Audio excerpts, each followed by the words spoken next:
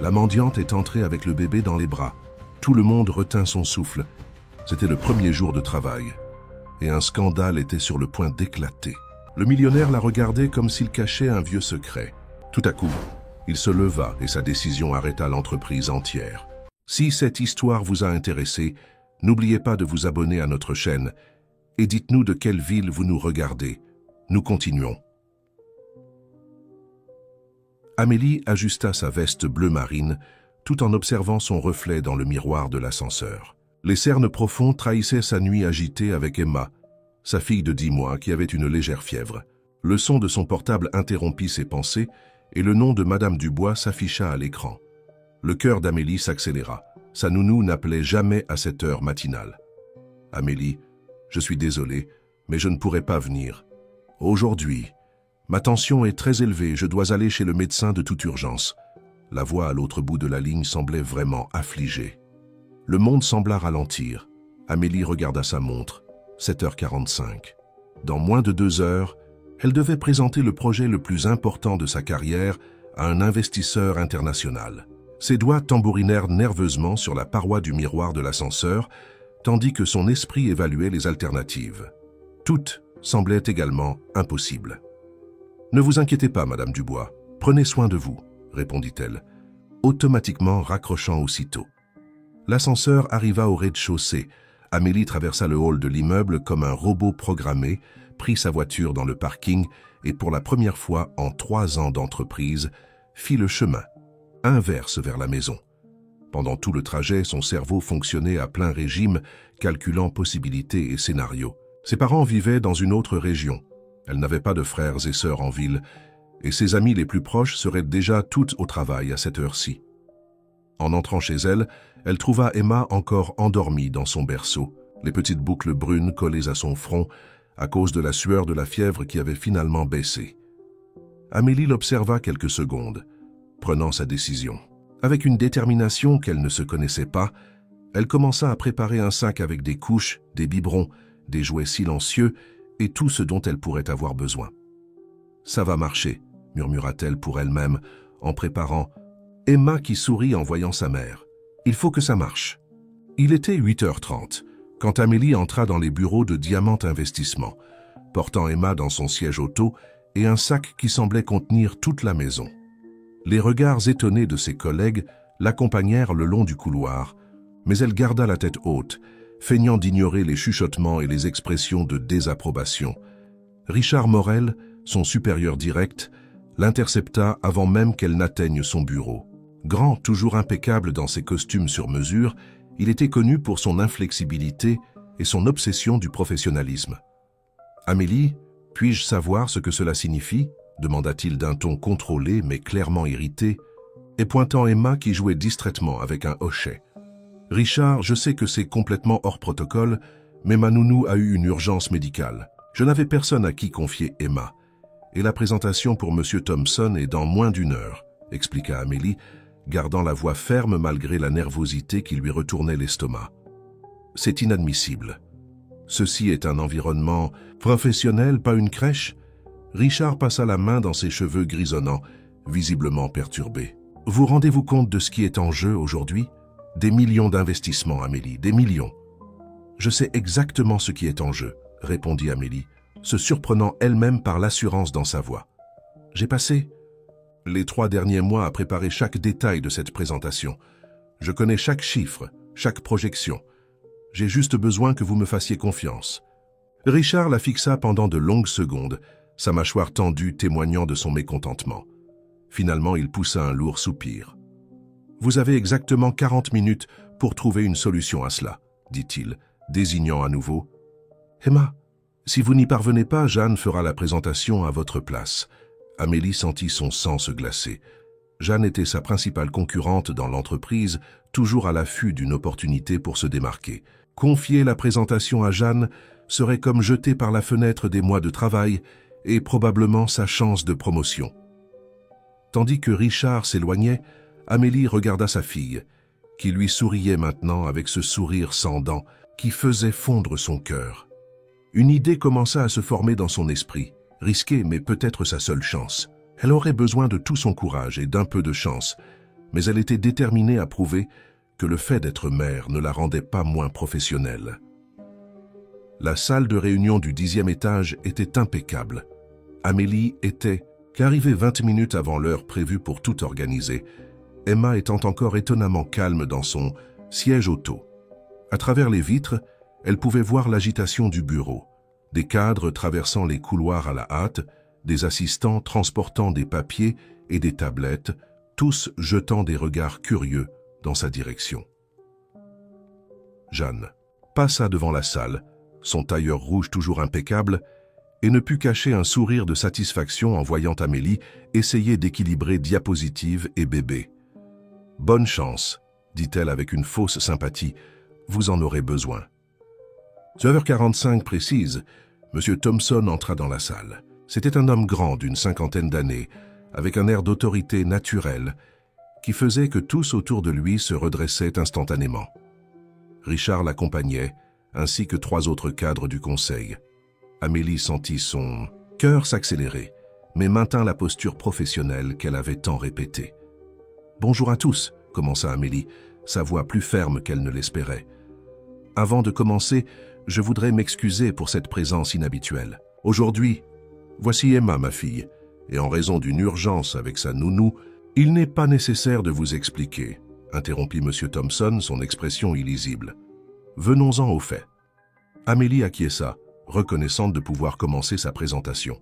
Les premières diapositives se déroulèrent parfaitement, tandis qu'elle présentait les projections de marché et le plan d'expansion de l'entreprise.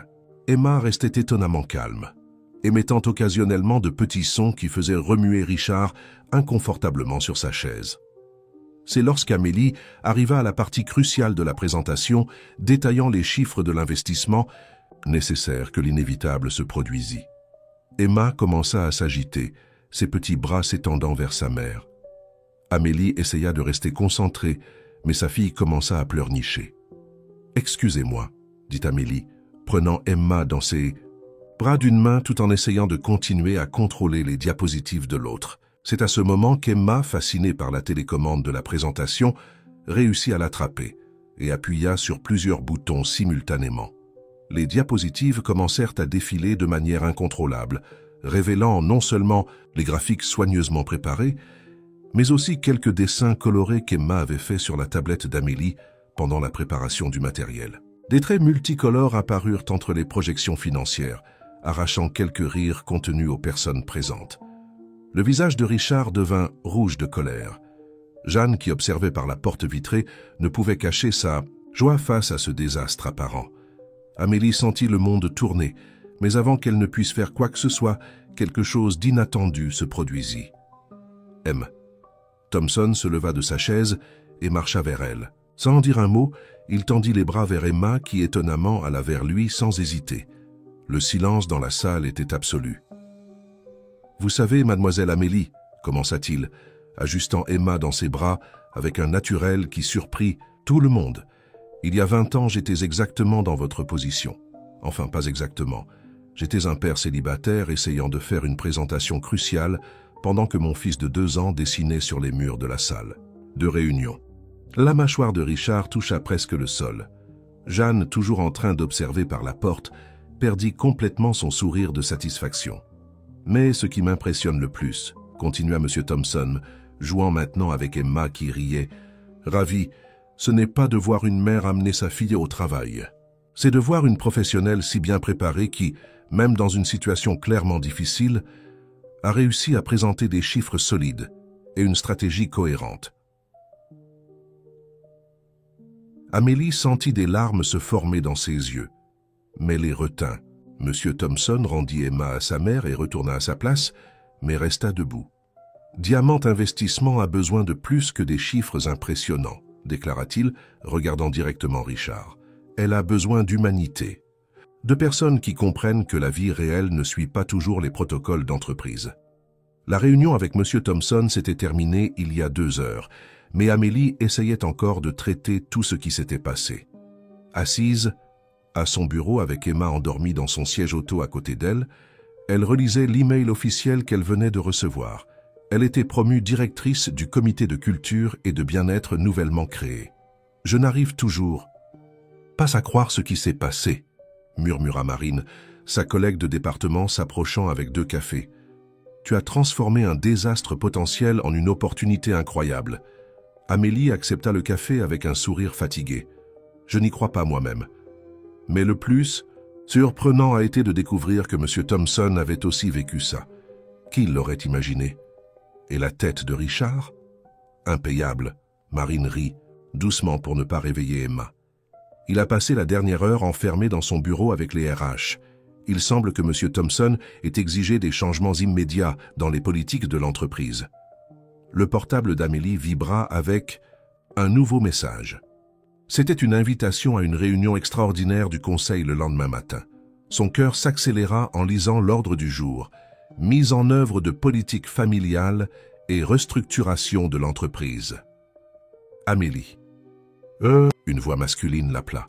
C'était Albert Dubois, l'un des plus anciens cadres de l'entreprise, connu pour sa posture traditionnaliste. Pouvons-nous parler 1 minute? Amélie acquiesça, le suivant dans l'une des salles de réunion. Albert ferma la porte et s'assit, son visage sérieux. D'abord, félicitations pour votre promotion, commença-t-il, bien que son ton ne semblait pas très congratulant. Mais je dois être franc avec vous. Il y a des personnes dans cette entreprise qui ont consacré des années de leur vie à construire leur carrière. Des personnes qui, peut-être, étaient plus préparées pour assumer une responsabilité. De cette ampleur, Amélie sentit son estomac se retourner. Elle savait exactement à qui il faisait référence. Thomas Vernet, son protégé, qui était préparé depuis des mois pour une promotion. « Monsieur Dubois, je respecte votre opinion, » répondit-elle, gardant sa voix calme. « Mais je crois que des changements sont nécessaires, et parfois ils viennent de lieux inattendus. »« Des changements ?» Albert rit sans humour. « Transformer notre entreprise en une crèche est un changement, c'est un environnement d'entreprise, Amélie, pas un centre communautaire. » Avant qu'Amélie ne puisse répondre, la porte s'ouvrit. C'était Caroline Mayer, une cadre récemment embauchée de la filiale européenne, connue pour son impressionnant parcours en transformation culturelle. « Excusez-moi de vous interrompre, » dit-elle, son accent allemand subtilement présent. Mais je n'ai pas pu m'empêcher d'entendre. « Monsieur Dubois, avez-vous déjà vérifié les chiffres des entreprises qui ont mis en œuvre des politiques familiales ces 5 dernières années ?» Albert fronça les sourcils. « Des chiffres ?» Caroline sourit sortant sa tablette. « Permettez-moi de vous montrer. Les entreprises avec des politiques de soutien à la famille ont, en moyenne, 35% moins de rotation du personnel, 48% plus d'engagement des employés et une augmentation de productivité qui atteint 42%. » Amélie observait fascinée tandis que Caroline présentait graphique après graphique. Sa présence était magnétique, son argumentation impeccable. Albert semblait de plus en plus mal à l'aise. Et cela sans mentionner la réduction des coûts liés au procès du travail et l'augmentation de l'attraction des talents, continua Caroline. En fait, Monsieur Dubois, ne pas mettre en œuvre ces politiques serait aller à l'encontre des tendances mondiales du marché. Lorsqu'Albert quitta, finalement la salle visiblement contrariée, Amélie se tourna vers Caroline. « Merci pour votre aide, » dit-elle sincèrement. « Mais je dois avouer que je suis surprise. Je pensais que je serais votre rivale. » Caroline compléta avec un sourire. « Amélie, je suis venue d'Europe précisément pour aider les entreprises à se moderniser. Quand j'ai appris votre promotion et l'initiative de M. Thompson, j'ai tenu à me porter candidate pour le comité. Pas comme votre concurrente, mais comme alliée. » Amélie sentit un poids quitter ses épaules. Avoir Caroline comme alliée changeait complètement la donne. Ensemble, elle pourrait apporter des changements réels. « En fait, » continua Caroline, « j'ai quelques idées que j'aimerais partager avec vous. Avez-vous déjà entendu parler du concept d'entreprise humanisée ?» Pendant les 40 minutes suivantes, les 2 femmes discutèrent des possibilités et des projets. L'idée d'une crèche d'entreprise n'était que le début. Caroline parla d'espace d'allaitement, d'horaires flexibles, de télétravail partiel et d'une série d'autres initiatives qu'elle avait déjà mises en œuvre avec succès dans d'autres entreprises. « Mais ce ne sera pas facile, » avertit Caroline.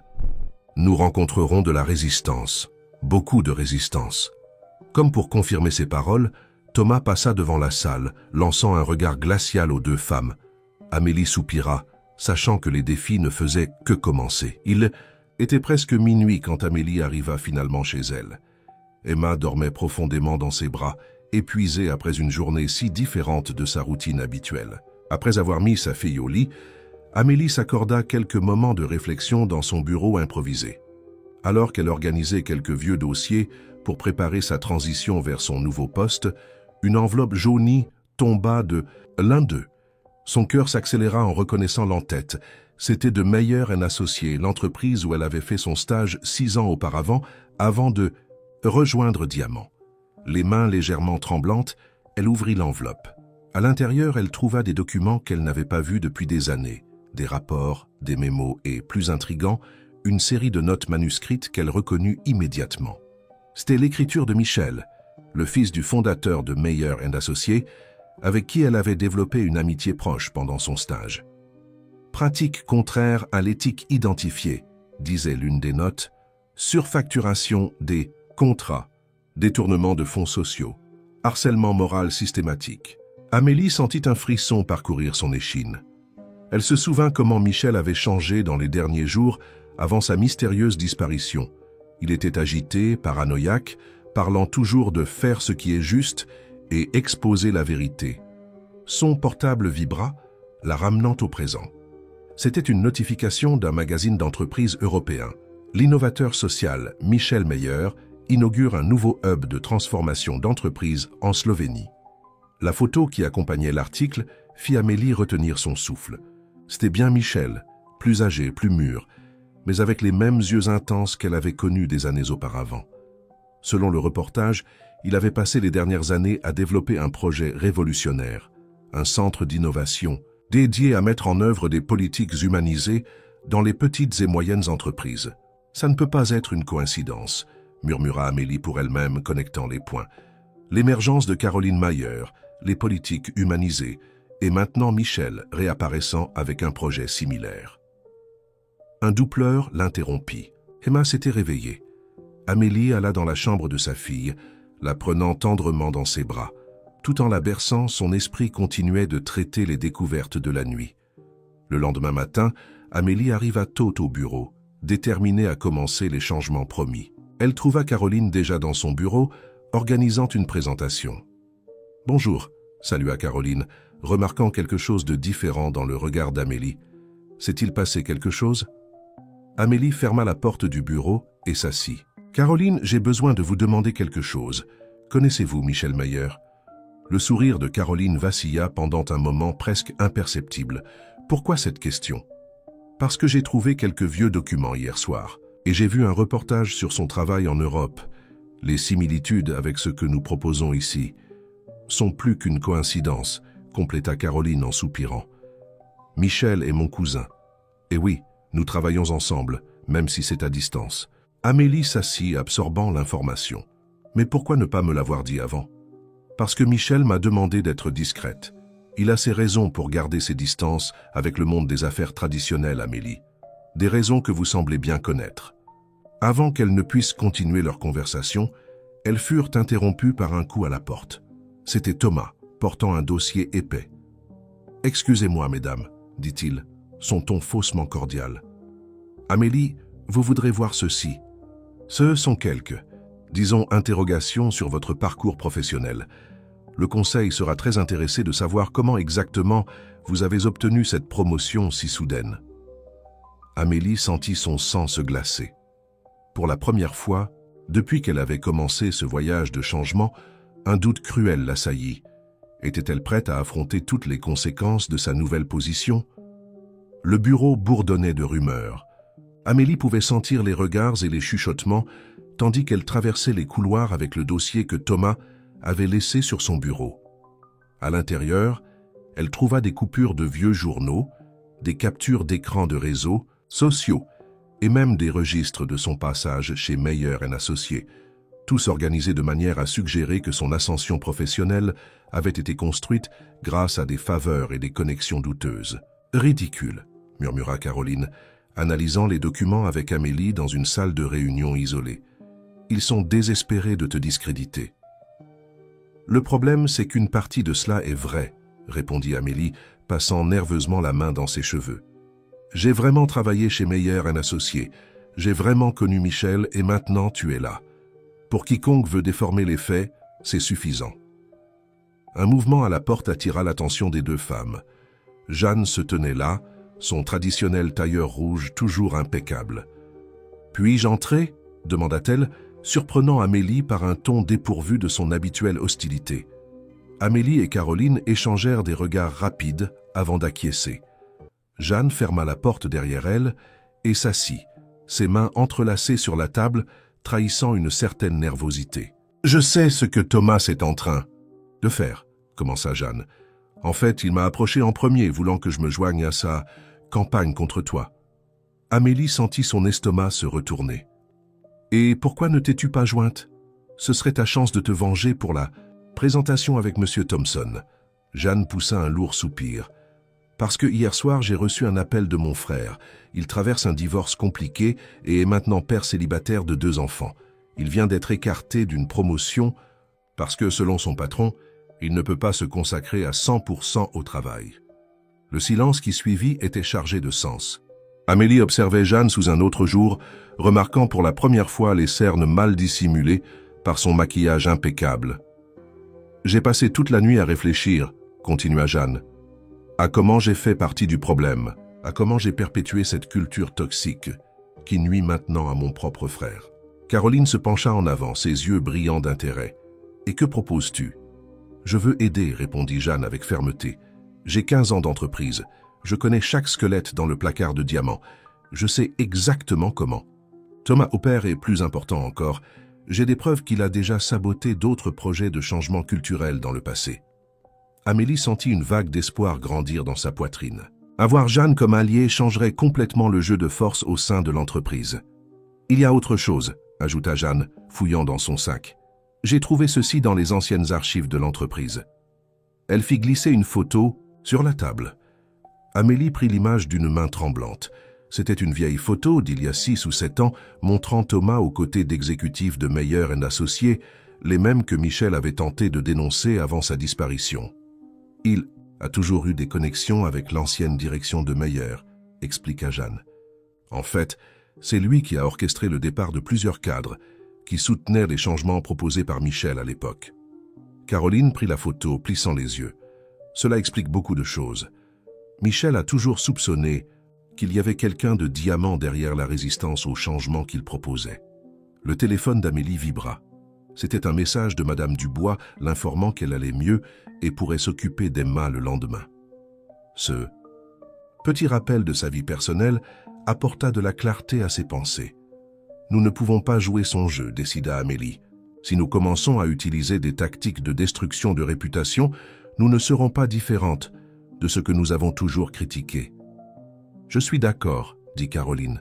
« Mais nous pouvons utiliser cette information d'une autre manière. Au lieu d'exposer Thomas, nous pouvons montrer comment sa résistance au changement est liée à des pratiques obsolètes qui nuisent à l'entreprise dans son ensemble. » Jeanne se leva, un sourire déterminé sur le visage. « Et je sais exactement comment faire cela. Le comité exécutif aura une réunion extraordinaire la semaine prochaine pour évaluer les progrès des nouvelles politiques. Et si nous présentions quelques chiffres intéressants ?» Les 3 femmes passèrent les heures suivantes à élaborer une stratégie. Pendant ce temps, à l'extérieur de la salle, l'entreprise continuait sa routine, ignorant l'alliance improbable qui venait de se former et qui s'apprêtait à secouer ses structures les plus profondes. La semaine qui suivit fut un tourbillon d'activités.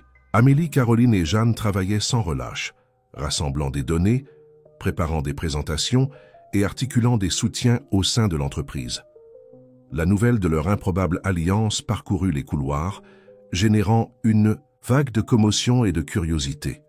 À la maison, pendant une soirée particulièrement épuisante de préparation, Amélie reçut une notification inattendue sur son portable. C'était un email d'un expéditeur qui fit bondir son cœur. Michel Meyer. « Chère Amélie, j'imagine que tu es déjà au courant de mon implication dans les changements qui se produisent chez Diamant. Caroline me tient informée de tes progrès, et je ne peux qu'admirer ton courage. Je reviens à Paris la semaine prochaine. Il y a beaucoup de choses dont nous devons parler. Affectueusement, Michel. » Amélie relut l'email plusieurs fois des souvenirs d'il y a 6 ans inondant son esprit. Michel avait toujours été différent des autres cadres, passionné par le changement, obstiné à faire ce qui est juste, même si cela signifiait contrarier son propre père. Emma, qui jouait sur le tapis du salon, laissa échapper un rire. Joyeux, ramenant Amélie au présent. Elle observa sa fille un moment pensant à comment une série d'événements apparemment sans rapport s'était alignée pour créer cette histoire. Le lendemain matin, en arrivant au bureau, Amélie trouva une atmosphère tendue. Thomas avait convoqué une réunion d'urgence avec le conseil, affirmant avoir des informations cruciales sur le nouveau comité de culture. « Il va tenter son dernier coup », avertit Jeanne, rencontrant Amélie au café. « Mais j'ai une surprise pour lui. » Avant qu'Amélie ne puisse en demander plus, elles furent interrompues par Caroline qui entra précipitamment dans la salle. « Vous devez voir ça », dit-elle, montrant sa tablette. C'était un reportage récemment publié sur le succès du hub d'innovation sociale de Michel en Europe. Les chiffres sont impressionnants. Les entreprises qui ont mis en œuvre le programme ont connu une augmentation moyenne de 47% de productivité et 62% de rétention des talents. « Et il y a plus », ajouta Jeanne, sortant un dossier de son sac. « Vous vous souvenez de cette photo que nous avons trouvée? J'ai fait quelques appels. J'ai découvert que Thomas ne connaissait pas seulement les cadres de Meyer & Associés. Il a activement travaillé pour empêcher que les dénonciations de Michel ne soient rendues publiques. » Amélie sentit un frisson parcourir son échine. « Mais pourquoi? Quel serait son intérêt là-dedans? »« L'argent, » répondit une voix masculine derrière elle. Les 3 femmes se retournèrent, surprises. C'était Albert Dubois, le cadre traditionnaliste qui avait auparavant remis en question la promotion d'Amélie. « Monsieur Dubois ?» demanda Caroline confuse. Albert ferma la porte de la salle et s'assit lourdement sur une chaise. « J'ai passé le week-end à examiner d'anciens documents. Thomas entretenait un système de consultation parallèle avec plusieurs entreprises, dont Meyer & Associés. Il gagnait des millions en conseillant des sociétés pour maintenir leur structure traditionnelle, bloquant toute initiative de modernisation. » Le silence qui suivit fut assourdissant. Amélie traitait l'information, reliant les points, la résistance acharnée de Thomas au changement, son obsession de maintenir le statu quo, la disparition de Michel. « Pourquoi nous ?»« Racontez-vous cela ?» demanda finalement Amélie. Albert soupira, paraissant soudainement plus vieux et fatigué. « Parce qu'hier, ma fille m'a annoncé qu'elle est enceinte. Elle est cadre dans une multinationale et elle est terrifiée à l'idée de l'annoncer à ses supérieurs. J'ai réalisé que je fais partie du problème qui fait souffrir ma propre fille. » Jeanne posa une main sur l'épaule d'Albert dans un geste étonnamment gentil. « Il n'est jamais trop tard pour changer de camp, monsieur Dubois. » Le bruit de voix exaltée dans le couloir interrompit la conversation. La réunion convoquée par Thomas était sur le point de commencer. Amélie regarda ses alliés, puis Albert, et sentit une détermination renouvelée grandir dans sa poitrine. « Allons-y, » dit-elle en se levant. « Il est temps de montrer que l'avenir n'attend pas ceux qui insistent pour vivre dans le passé. » Tandis qu'elle marchait vers la salle de réunion, Amélie reçut un autre message sur son portable. C'était une photo de Michel prise à l'aéroport. « J'ai atterri plus tôt. Je suis en route vers Diamant. Certaines vérités doivent être dites en personne. » La salle de réunion du 20e étage était bondée. Des cadres de tous les départements avaient été convoqués pour ce que Thomas avait appelé une présentation cruciale sur l'avenir de l'entreprise. Amélie prit sa place à la table, avec Caroline et Jeanne à ses côtés, tandis qu'Albert Dubois s'asseyait discrètement dans un coin plus éloigné. Thomas était debout, impeccable dans son costume italien, une expression de triomphe, à peine dissimulée sur son visage. À côté de lui, une pile de dossiers bleus attendait d'être distribuée. « Mesdames et messieurs, » commença-t-il, sa voix grave résonnant dans la salle, « ces derniers mois, nous avons été témoins de changements significatifs dans notre entreprise. Des changements qui, bien qu'intentionnés, menacent de compromettre l'essence de ce que nous avons construit au fil des décennies. » Amélie sentit le regard de Jeanne sur elle, rassurant. Elle s'était préparée pour ce moment. « J'ai ici, » continua Thomas brandissant l'un des dossiers, « un rapport détaillé sur les coûts de ces nouvelles politiques humanisées. La mise en œuvre de la crèche d'entreprise à elle seule consommerait des ressources équivalentes à 3 projets. SADEX Pension, sans mentionner la baisse prévue de productivité avec la flexibilisation des horaires. Un murmure parcourut la salle. Thomas commença à distribuer les dossiers, son sourire s'élargissant à chaque réaction de stupeur des cadres à la lecture des chiffres. Mais ce n'est pas tout. Sa voix prit un ton plus grave. Nous avons également découvert certaines irrégularités dans la conduite de ce processus de changement. Amélie sentit son cœur s'accélérer. C'était maintenant que viendrait l'attaque personnelle qu'elle redoutait tant. Notre actuelle directrice de la culture, Thomas lança un regard dédaigneux dans sa direction, a des connexions douteuses avec des organisations qui... La porte de la salle s'ouvrit brusquement, l'interrompant. Michel Mayer entra, sa présence provoquant un silence absolu. 6 ans s'étaient écoulés, mais sa silhouette dégageait toujours la même énergie magnétique, dont Amélie se souvenait. Des connexions douteuses, Thomas? Michel sourit, marchant calmement jusqu'au centre de la salle. Intéressant que vous mentionniez cela. Thomas pâlit visiblement. C'est une réunion privée, monsieur Meyer. Vous n'avez pas été invité. Au contraire, intervint monsieur Thompson, qui jusque-là observait tout en silence. Je l'ai invité, tout comme j'ai invité quelques autres participants intéressants. Les portes s'ouvrirent à nouveau. Un groupe de personnes entra dans la salle, parmi eux des cadres de plusieurs entreprises européennes qui avaient mis en œuvre le programme de Michel. « Permettez-moi de vous présenter », continua monsieur Thompson. « Voici les PDG des 5 entreprises les plus performantes du programme de transformation culturelle de monsieur Meyer. Des entreprises qui, curieusement, ont vu leurs profits augmenter en moyenne de 65% après avoir implémenté exactement les politiques que vous critiquez, Thomas. » Caroline se leva, tablette en main. « Et si vous me permettez, j'aimerais présenter quelques chiffres différents de ceux qui figurent dans ces dossiers bleus, des chiffres réels, audités par des entreprises indépendantes. » Pendant 2 heures, la salle assista à une présentation dévastatrice. Caroline, Jeanne et les cadres européens démontèrent méthodiquement chaque argument de Thomas, présentant des cas réels, des statistiques vérifiables et des témoignages d'employés. Et quant aux connexions douteuses, Michel reprit la parole. « Peut-être devrions-nous parler de vos propres connexions, Thomas, de comment vous avez gagné des millions en conseillant des entreprises pour résister à la modernisation, de comment vous avez activement travaillé pour empêcher que des dénonciations de pratiques contraires à l'éthique soient rendues publiques. » Thomas, qui s'était assis pendant la présentation, se leva brusquement. « C'est de la diffamation, il n'y a pas de preuves. En fait, il y en a, » interrompit Albert Dubois, se levant de sa place. Le vétéran cadre marcha jusqu'au centre de la salle, portant son propre dossier. « En tant que membre le plus ancien du Conseil, je garde des registres détaillés de tous nos partenariats et consultations, y compris certains que, j'en suis sûr, vous préféreriez garder confidentiels. » Amélie observait la scène, un mélange d'émotions la submergeant. La vengeance n'était pas son objectif, ne l'avait jamais été. Mais voir la vérité finalement révélée, voir justice rendue, apportait une sensation indescriptible d'accomplissement. Emma choisit ce moment pour faire sa propre contribution. À la réunion. Du siège auto à côté d'Amélie, où elle dormait tranquillement jusqu'alors, elle laissa échapper un rire cristallin qui résonna dans la salle tendue, brisant l'atmosphère pesante et arrachant des sourires involontaires à plusieurs personnes présentes. M. Thompson se leva, son visage serein mais déterminé. « Je crois que nous avons toutes les informations nécessaires pour prendre une décision sur l'avenir de Diamant Investissement et sur l'avenir de certaines personnes dans cette entreprise. » Le soleil se couchait sur Paris, peignant le ciel, de teintes orangées qui se reflétaient dans les fenêtres miroirs de Diamant Investissement. Amélie observait la ville depuis le jardin suspendu du 20e étage, un espace qui, jusqu'à quelques semaines auparavant, n'était qu'une zone technique abandonnée.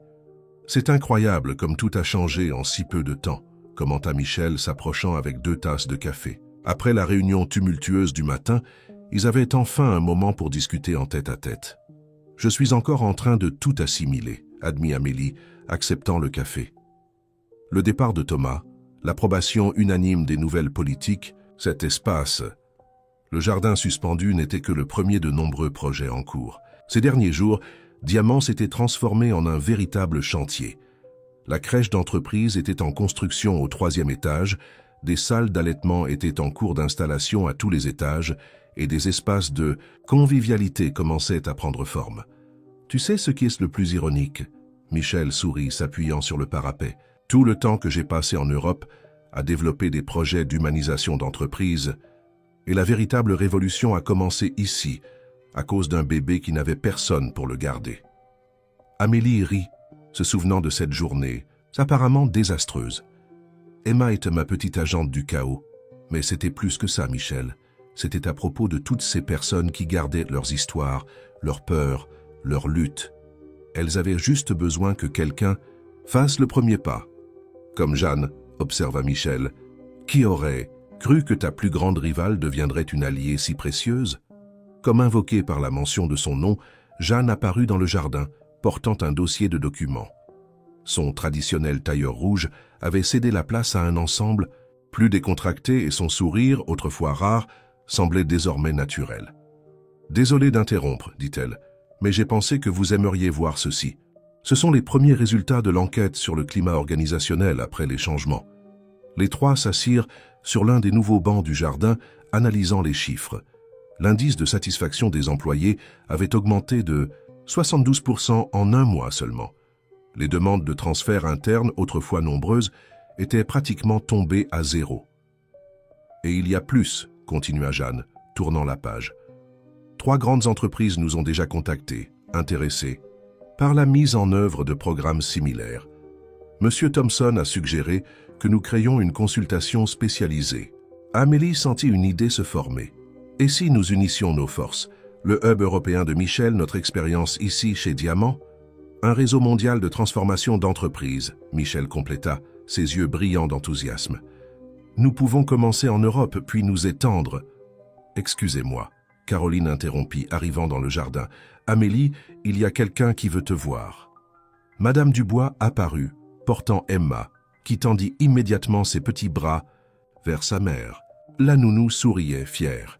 « Elle a dit son premier mot aujourd'hui, » annonça Madame Dubois. Enfin, plus ou moins un mot. Comme pour démontrer, Emma pointa l'espace autour d'elle et balbutia quelque chose qui ressemblait à « tavaille », sa tentative de dire « travail ». Le groupe rit, enchanté. Amélie serra sa fille, ressentant une vague d'émotion.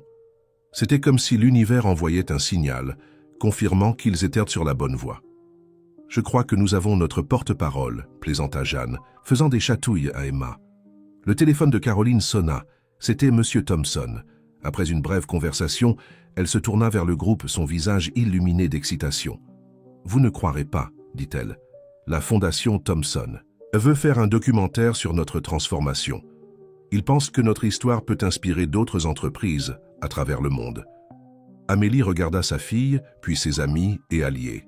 Le soleil finissait de se coucher, et les premières étoiles commençaient à parsemer le ciel de Paris. D'une certaine façon, ce moment semblait magique, comme s'ils étaient au seuil de quelque chose encore plus grand. Alors, Michel sourit, levant sa tasse pour un toast informel. « À l'avenir ?»« À l'avenir, répondirent-ils à l'unisson, leurs tasses se rencontrant dans l'air, tandis qu'Emma applaudissait, enchantée par le moment. Les semaines se transformèrent en mois, et Diamant Investissement devint un cas de réussite nationale en matière de transformation d'entreprise. L'ancienne salle de réunion du 20e étage, où tant de batailles avaient été livrées, abritait maintenant une exposition permanente sur le parcours de changement de l'entreprise. Des photos, des documents et des témoignages racontèrent l'histoire de comment une petite révolution avait commencé avec une mère n'ayant nulle part où laisser sa fille. Un matin particulièrement chargé, Amélie arriva au bureau pour trouver une surprise. La crèche d'entreprise était décorée pour une petite célébration. C'était le premier anniversaire de fonctionnement de l'espace et les enfants avaient préparé une présentation spéciale. Maman, Emma, maintenant âgée de presque 2 ans, courut dans sa direction dès qu'elle la vit. Ses petites boucles brunes se balançaient tandis qu'elle tenait un dessin coloré. « Regarde !» Amélie prit le dessin, sentant ses yeux s'embuer. C'était une représentation enfantine d'elle-même, entourée d'autres personnes, toutes se tenant la main. En haut de la feuille, en écriture cursive qu'elle reconnut comme étant celle de Jeanne, était écrit « Notre famille Diamant ». Elle a insisté pour faire un dessin pour chaque cadre, expliqua Caroline, s'approchant avec un sourire. D'ailleurs, M. Thompson a encadré le sien et l'a placé dans son bureau. En parlant de M. Thompson, Jeanne se joignit à elle, consultant sa tablette. « Je viens de recevoir l'email officiel. La Fondation a approuvé le budget pour étendre le programme à 10 entreprises supplémentaires en Europe. » Amélie s'assit sur l'une des petites chaises de la crèche, observant Emma retourner jouer avec d'autres enfants. C'était surréaliste de penser à quel point tout avait changé. La crèche, initialement prévue pour accueillir 20 enfants, en accueillait maintenant 50, avec une liste d'attente qui s'allongeait chaque jour. « J'ai encore une nouvelle », dit Caroline s'asseyant à côté d'Amélie. « Michel revient définitivement en France. Le hub européen est pratiquement autonome maintenant, et il veut se concentrer sur l'expansion ici. » Le cœur d'Amélie s'accéléra légèrement à la mention de Michel. Ces derniers mois, ils avaient maintenu un contact constant via des visioconférences et des messages, mais la distance physique avait toujours semblé être un obstacle à quelque chose de plus profond qu'ils sentaient tous deux grandir. « Et ce n'est pas tout, » continua Jeanne avec un sourire complice. « Vous ne croirez jamais qui a demandé notre consultation. »« Qui ?» demandèrent Amélie et Caroline à l'unisson. « Meyer, un associé, » révéla Jeanne, causant la surprise chez les deux. Apparemment, la nouvelle direction veut nettoyer l'image de l'entreprise. Ils veulent mettre en œuvre toutes nos politiques de soutien familial et créer également un fonds d'investissement spécifique pour des projets d'impact social. Amélie traita l'information, ressentant une étrange sensation de boucle bouclée. L'entreprise où tout avait commencé, où elle et Michel s'étaient rencontrés, cherchait maintenant une transformation à travers le travail qu'ils avaient développé. Mais il y a un défi, poursuivit Jeanne. Ils veulent des résultats rapides, très rapides. Ils sont sous la pression des actionnaires et des médias.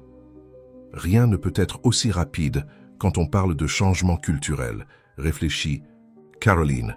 Nous devons être prudents pour ne pas répéter les erreurs du passé.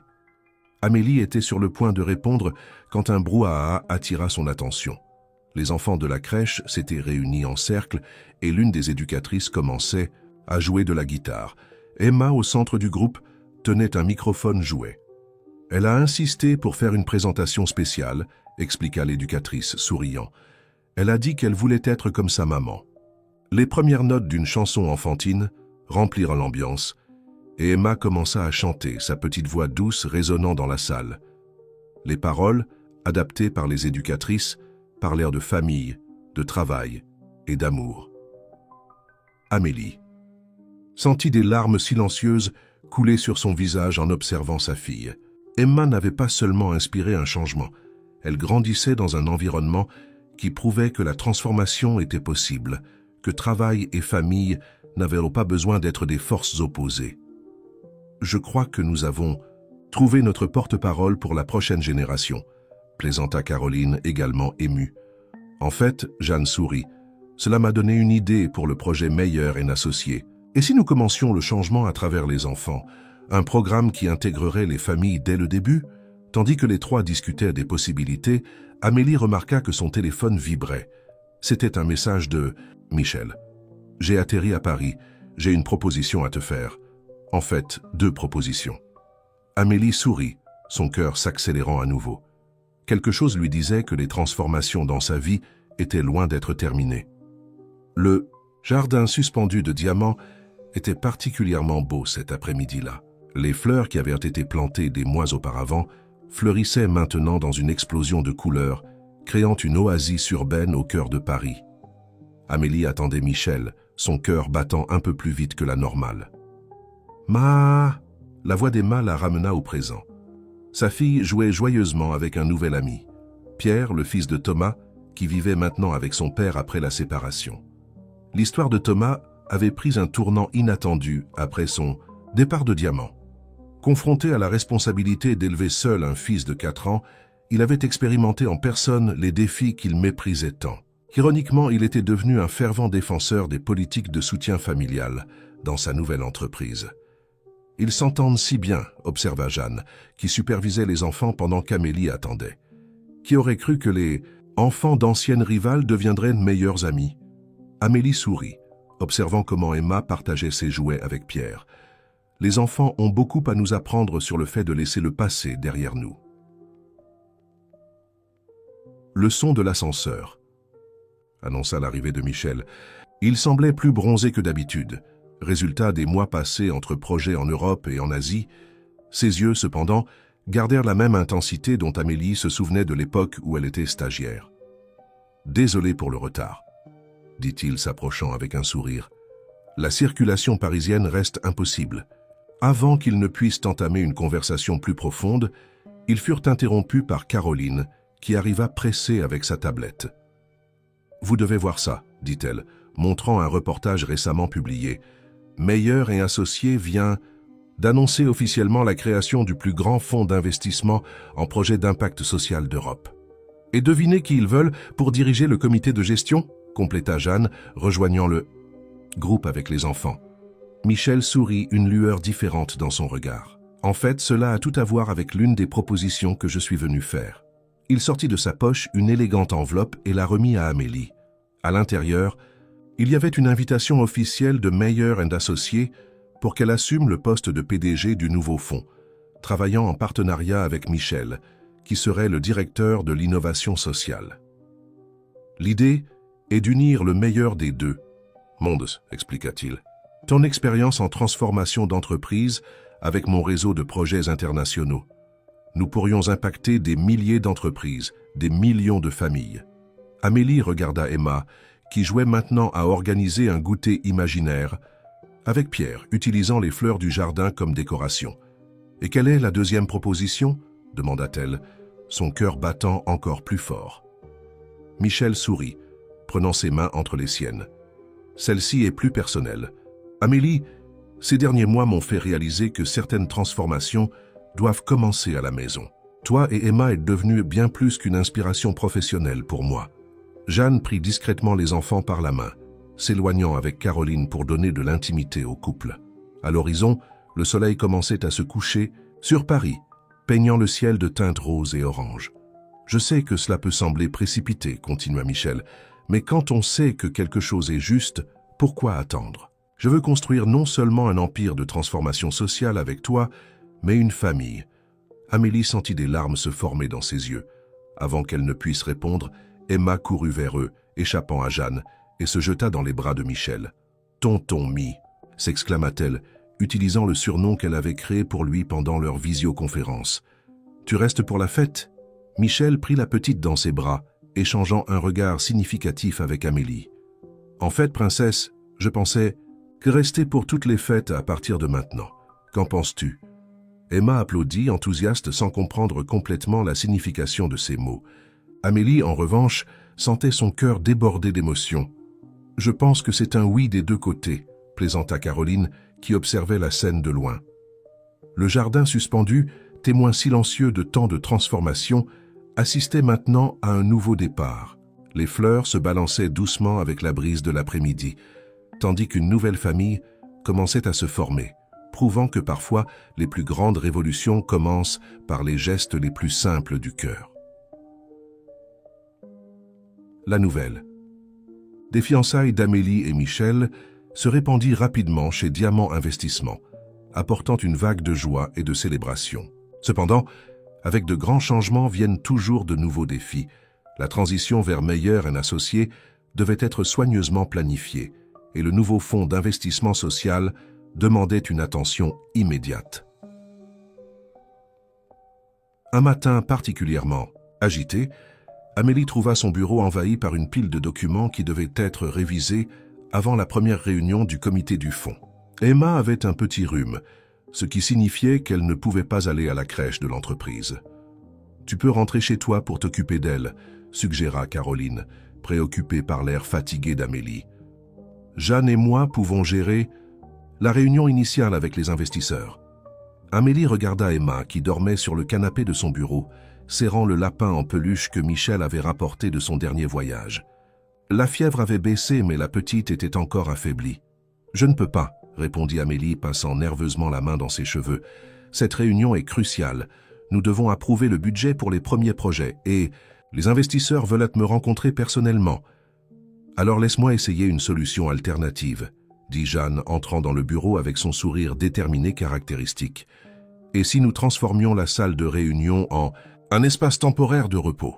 Nous pourrions installer un petit matelas confortable pour Emma, et Madame Dubois pourrait rester avec elle pendant que tu diriges la réunion à côté. » La suggestion était non conventionnelle, mais reflétait parfaitement le nouvel esprit de l'entreprise. En moins d'une heure, la plus grande salle de réunion de Diamant s'était transformée. Un paravent japonais divisait l'espace, créant un coin accueillant où Emma pourrait se reposer sous les soins attentifs de Madame Dubois. « Cela me rappelle le jour de la présentation pour Monsieur Thompson », commenta Caroline, aidant à organiser l'espace. « Parfois, les meilleures solutions naissent des moments les plus difficiles. » La réunion commença ponctuellement à 10 heures. De l'autre côté du paravent, Emma dormait tranquillement, tandis qu'Amélie présentait les projets initiaux du fonds d'investissement social. Les chiffres étaient impressionnants. Plus de 50 entreprises avaient déjà manifesté leur intérêt pour mettre en œuvre des politiques familiales similaires à celles de Diamant. « Mais nous ne voulons pas seulement répliquer un modèle, » expliquait Amélie aux investisseurs. « Chaque entreprise a sa propre culture, ses propres défis. Notre proposition est de créer des solutions personnalisées en gardant toujours l'accent sur l'équilibre entre travail et famille. » C'est alors qu'Emma commença à tousser de l'autre côté du paravent.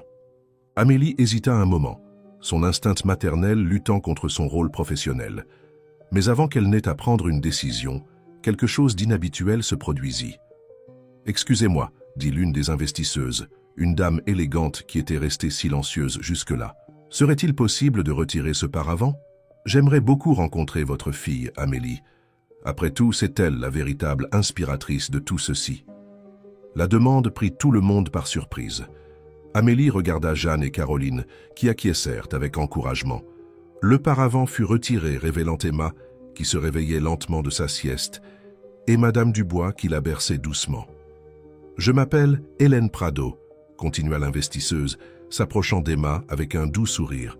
« Il y a 30 ans, j'étais la seule femme au conseil d'administration d'une multinationale. Quand je suis tombée enceinte, on m'a subtilement invitée à me retirer. À l'époque, j'ai accepté cela comme normal. Aujourd'hui, je vois que rien de tout cela n'était normal. » La salle resta silencieuse, absorbant le poids de ses paroles. Hélène prit son sac et en sortit une enveloppe. « Ceci, dit-elle, remettant l'enveloppe à Amélie, est un chèque personnel de ma part. Je veux doubler l'investissement initial du fonds, mais j'ai une condition. Je veux faire partie du conseil consultatif. Je crois que mon expérience, tant des réussites que des erreurs, peut contribuer à cette transformation. » Amélie ouvrit l'enveloppe, ses yeux s'écarquillant en voyant le montant. C'était beaucoup plus que ce qu'ils espéraient lever dans toute la première ronde d'investissement. « Et il y a autre chose, » ajouta Hélène, jouant maintenant avec Emma, qui s'était entichée de son collier de perles. « J'ai des contacts dans pratiquement toutes les grandes entreprises du pays. Je crois qu'il est temps de passer quelques coups de fil importants. » À ce moment-là, le téléphone d'Amélie vibra avec un message de Michel. « Je viens de sortir d'une réunion incroyable à Genève. L'ONU veut utiliser notre modèle comme étude de cas mondiale. J'ai hâte de te raconter les détails. PS, j'ai acheté un autre lapin pour Emma. Je crois qu'elle est en train de monter une famille avec eux aussi. » Amélie sourit, ressentant une vague d'émotion. D'une certaine façon, tous les défis semblaient petits, comparés à la grandeur de ce qu'ils étaient en train de construire. L'automne était arrivé à Paris, apportant avec lui une brise fraîche et des feuilles dorées qui dansaient dans le jardin suspendu de diamants. Amélie organisait son nouveau bureau chez Meyer & Associés, où elle prendrait officiellement ses fonctions la semaine suivante. Les murs, encore vides, seraient bientôt remplis des souvenirs de son parcours. « J'ai pensé que tu aimerais avoir ceci, » dit Jeanne, entrant dans le bureau avec un cadre. C'était le premier dessin qu'Emma avait fait de la famille Diamant, maintenant professionnellement conservée. « C'est parfait, » sourit Amélie, imaginant déjà où elle accrocherait cette petite œuvre d'art. « Comment vont les choses chez Diamant ?»« Différemment, » admit Jeanne, s'asseyant sur l'une des boîtes de déménagement. « Mais différemment dans le bon sens. Caroline fait un travail incroyable en tant que nouvelle directrice de la culture. Et tu ne croiras jamais qui s'est porté candidat pour le programme de mentorat. »« Qui ?»« Thomas, » révéla Jeanne, causant l'étonnement d'Amélie. « Il veut partager son expérience en tant que père célibataire. Il a dit qu'il a plus appris sur le leadership ces derniers mois, en s'occupant de Pierre que pendant 20 ans de carrière en entreprise. Amélie assimila l'information, émerveillée par les tournants intéressants que prenait la vie.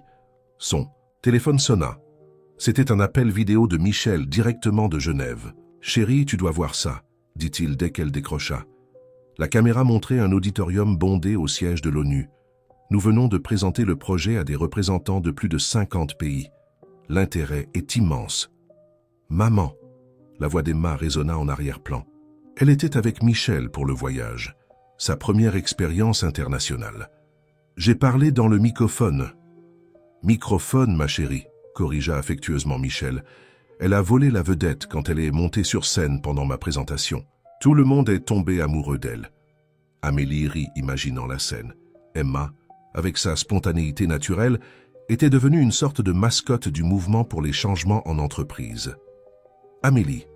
Caroline entra précipitamment dans le bureau, interrompant l'appel vidéo. « Tu dois voir ça. Ça passe sur toutes les chaînes. » Elle alluma la télévision du bureau.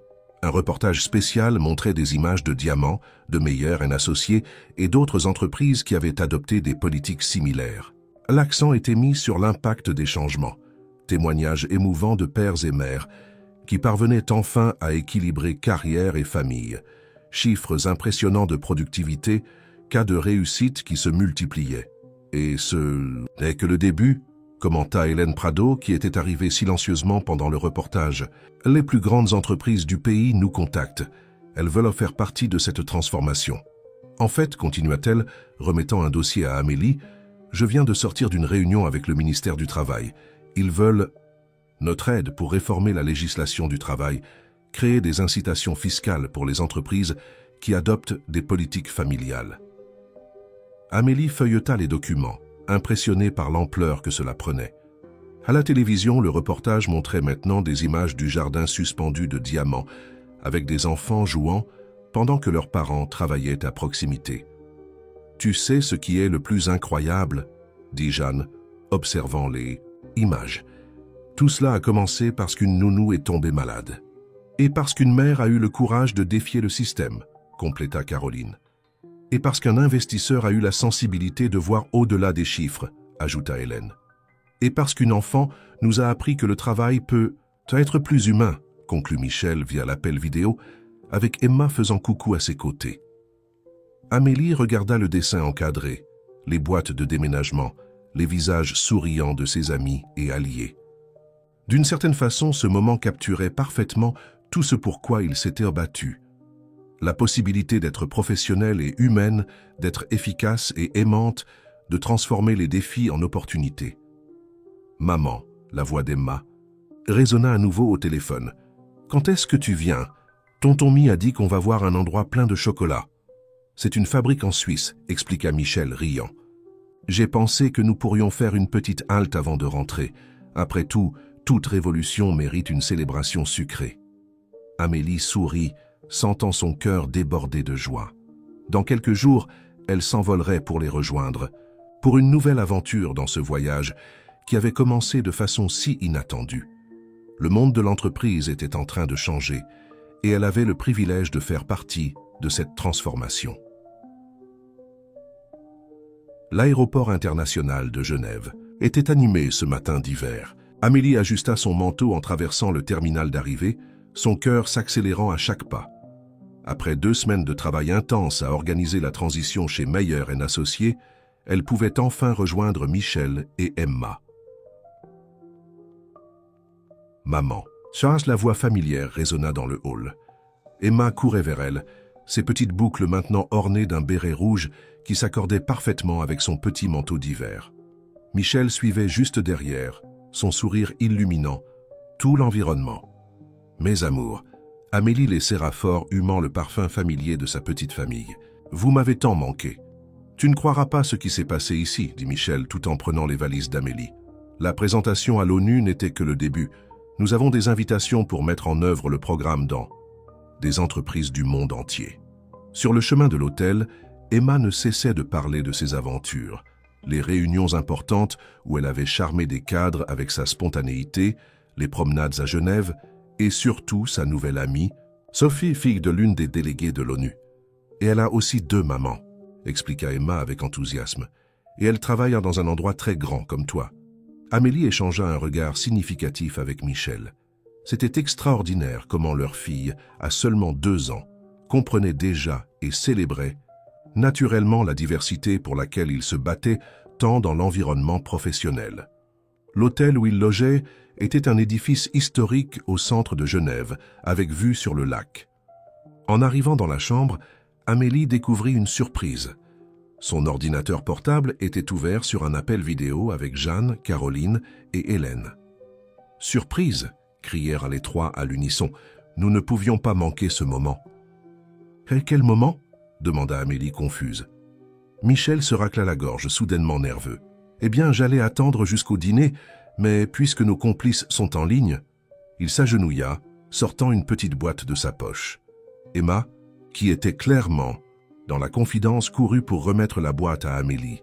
« Je sais que nous sommes déjà fiancés, » commença Michel, « mais je voulais faire cela correctement, avec toute notre famille présente, même virtuellement. » Amélie ouvrit la boîte d'une main tremblante.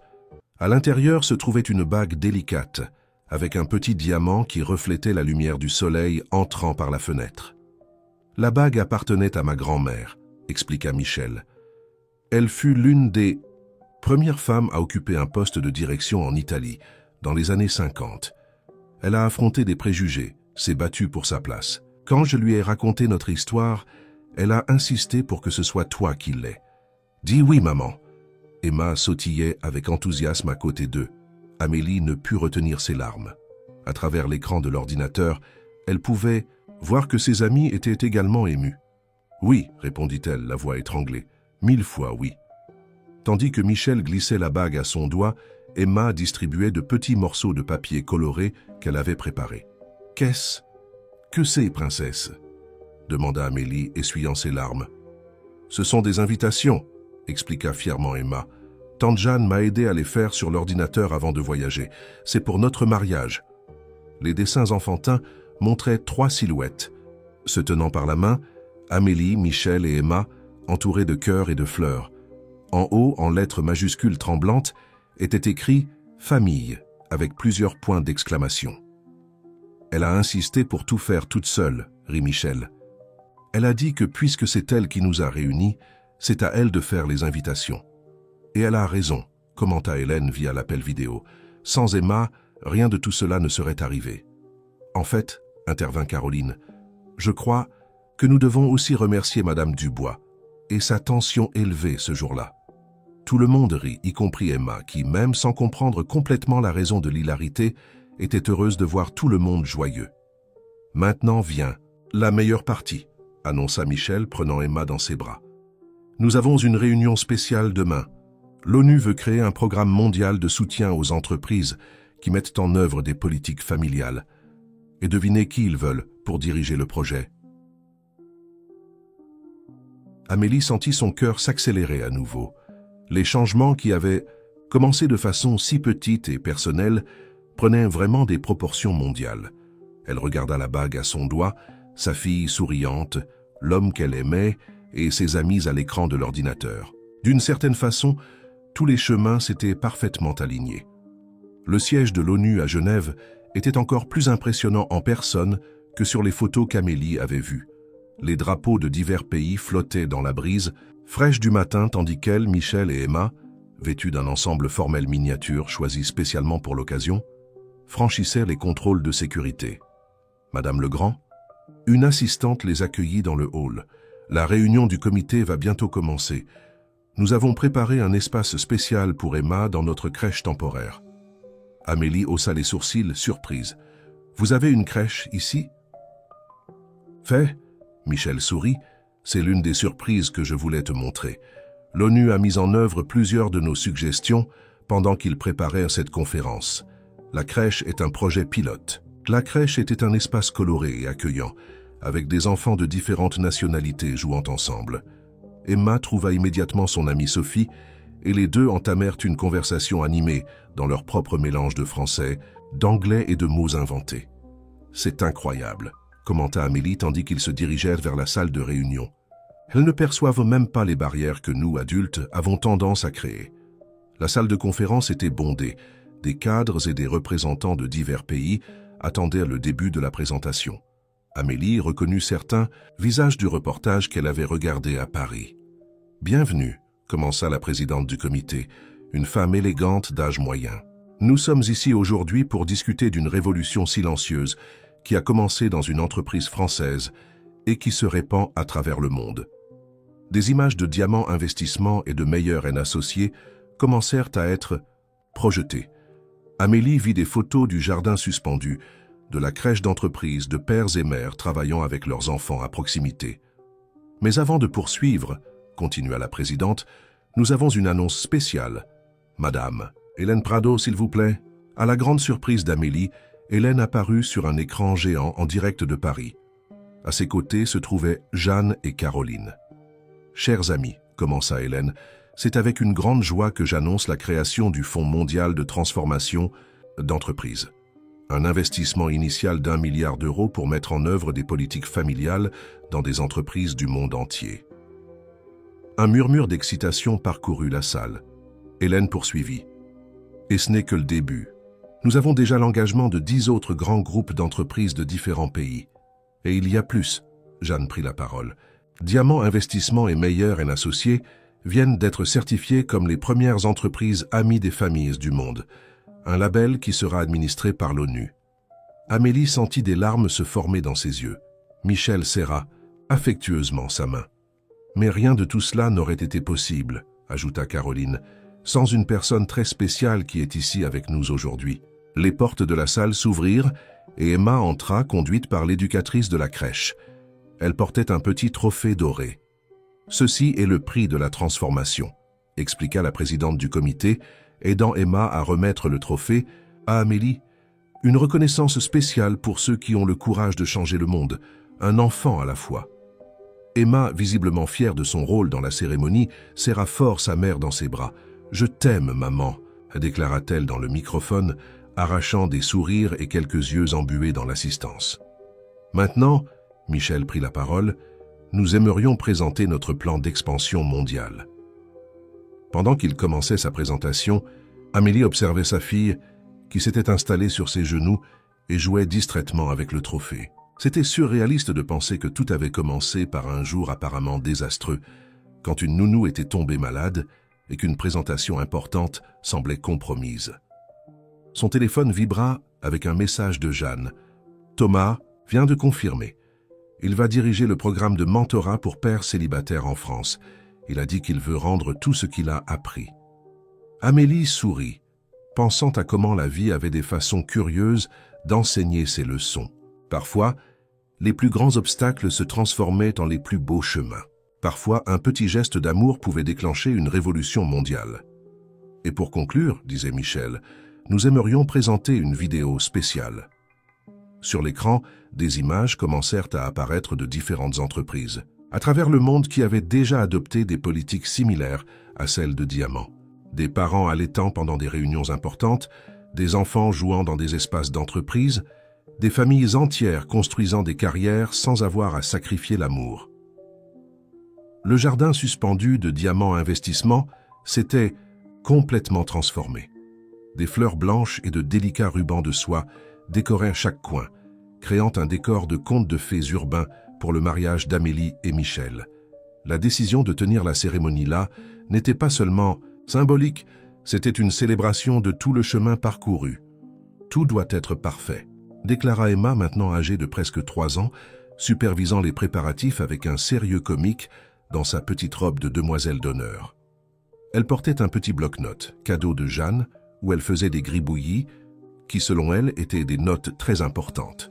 « Tout est sous contrôle, petite directrice », plaisanta Caroline, ajustant un arrangement floral. « Ta mère va adorer chaque détail. » Amélie observait les préparatifs depuis son bureau chez Meyer & Associés, de l'autre côté de la rue. Le bureau s'était transformé en un quartier général improvisé pour les derniers détails du mariage. Jeanne coordonnait une équipe de décorateurs par téléphone, tandis qu'Hélène Prado supervisait l'arrivée des invités internationaux.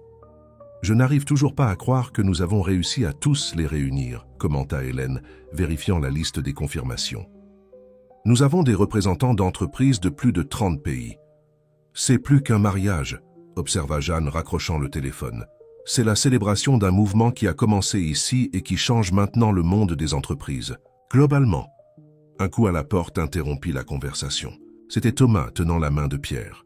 « Excusez-moi, dit-il, son attitude très différente du cadre arrogant qu'il était autrefois. Pierre voulait remettre quelque chose personnellement à Emma.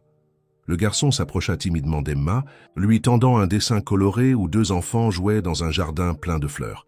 « C'est pour toi, dit-il, rougissant légèrement. Papa m'a aidé à le faire. » Emma serra son ami dans ses bras, accrochant immédiatement le dessin sur son mur spécial, un espace sur le mur qu'Amélie avait réservé pour les souvenirs importants de sa fille. « Thomas », appela Amélie, remarquant quelque chose de différent chez son ancien rival. « Tu vas bien ?» Il sourit, un sourire sincère qu'Amélie n'avait jamais vu auparavant. « Je n'ai jamais été mieux. Le programme de mentorat pour pères célibataires change ma vie. J'apprends tellement des histoires des autres pères, de leurs luttes et de leurs victoires. Et il y a une autre nouvelle, ajouta-t-il, sortant une enveloppe de sa serviette. Le ministère du Travail a officiellement approuvé le projet de loi qui établit des incitations fiscales pour les entreprises qui adoptent des politiques familiales. Ton mariage sera le premier événement officiel où le décret sera signé. » Amélie ressentit une vague d'émotion. D'une certaine façon, son histoire personnelle s'était complètement entrelacée avec une transformation sociale beaucoup plus large. « Maman », appela Emma courant vers elle avec son bloc-notes, « nous devons vérifier la musique. Tonton Mi a dit que c'est une surprise, mais je dois approuver. » Tout le monde rit du sérieux de la petite. Michel avait passé des semaines à préparer une présentation musicale spéciale, bien qu'il gardât un secret absolu sur les détails. Madame Amélie, une des assistantes, entra précipitamment. La vidéoconférence avec Genève est prête. L'équipe de l'ONU veut montrer comment le programme pilote de crèche d'entreprise a évolué. Sur le grand écran de la salle, des images de différents pays commencèrent à apparaître. Des entreprises de tous les continents mettant en place des espaces pour enfants, des politiques de flexibilité pour les parents, des programmes de soutien familial. « C'est incroyable », murmura Hélène, observant les images. « En quelques mois seulement, nous avons déjà plus de 1000 entreprises participant au programme mondialement. » « Et ce n'est que le début », compléta Caroline. « Les inscriptions pour le prochain cycle de certification ont déjà dépassé nos attentes. » Emma, qui s'était arrêtée pour observer les images, pointa avec animation vers l'écran. « Regarde, maman, c'est Sophie. » En effet, son amie de Genève apparaissait sur l'une des images, jouant dans la crèche de l'ONU avec d'autres enfants. « Elle arrive demain pour le mariage », informa Jeanne, consultant sa liste, avec des délégations de 5 autres pays qui veulent connaître personnellement le projet. Amélie prit Emma dans ses bras, sentant son cœur déborder de joie. Par la fenêtre, elle pouvait voir le jardin suspendu se transformer non seulement, c'est pour son mariage, mais pour une célébration de tout ce qu'ils avaient accompli. « Tu sais ce qui est le plus spécial ?» dit Emma, surprenant tout le monde par son observation mature. « Maintenant, tous les enfants peuvent rester avec leur papa. Et mamans au travail, comme moi je suis restée avec toi, maman. » Amélie serra sa fille fort, se rappelant ce jour apparemment désastreux qui avait tout changé. Parfois, les plus grands cadeaux de la vie se présentaient déguisés en problèmes. Parfois, un enfant pouvait enseigner au monde des affaires, sa leçon la plus précieuse. Le jour se leva parfait à Paris, comme si le ciel lui-même voulait participer à la célébration. Le jardin suspendu de diamants brillait sous la lumière dorée du soleil levant, les fleurs blanches scintillant avec les gouttes de rosée du matin.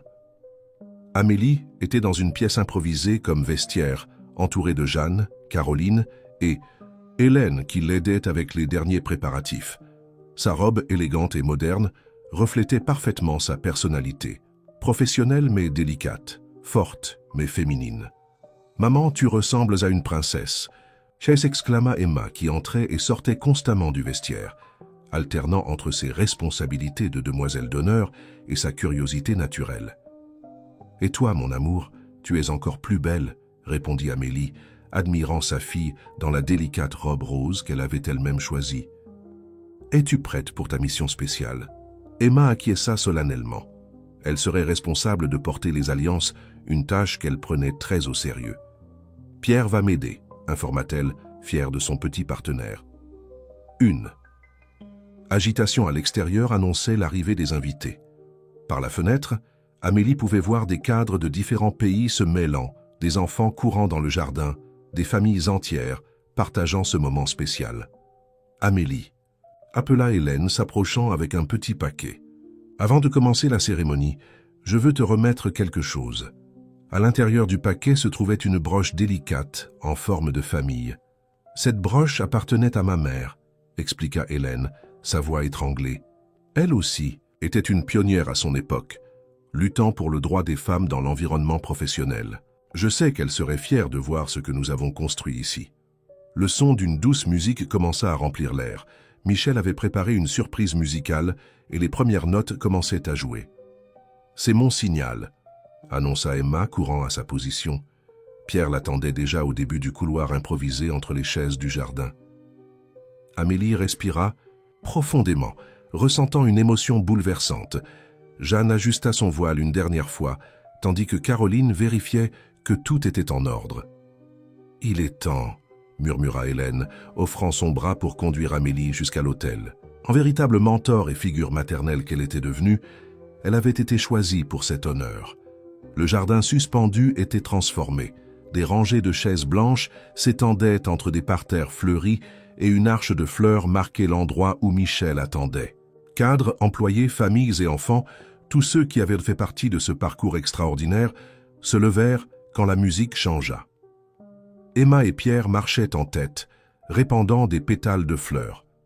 Derrière eux, Amélie avançait, au bras d'Hélène, son cœur battant fort en voyant Michel élégant dans son costume sombre, souriant avec émotion. La musique qui jouait n'était pas une marche nuptiale traditionnelle. C'était une composition spéciale que Michel avait créée, mélangeant des éléments classiques avec des sons de rire d'enfants et des mélodies qui rappelaient des moments importants de leur histoire. Quand Amélie arriva à l'hôtel, Emma courut pour embrasser les deux, transformant le moment solennel en quelque chose d'encore plus spécial et authentique. Michel prit la petite dans ses bras, et les trois partagèrent une étreinte qui représentait bien plus qu'une union matrimoniale. C'était la célébration d'une famille qui s'était formée de la manière la plus inattendue et belle. « Nous sommes réunis aujourd'hui », commença l'officiant, non seulement pour unir Amélie et Michel en mariage, mais pour célébrer une histoire qui nous a appris que l'amour et le travail n'ont pas besoin d'être des forces opposées.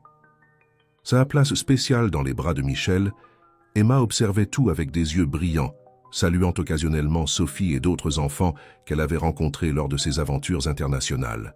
Ce mariage, poursuivit l'officiant, est un symbole de transformation, une preuve que lorsque nous ouvrons nos cœurs et nos esprits à de nouvelles possibilités, nous pouvons créer un monde meilleur pour tous.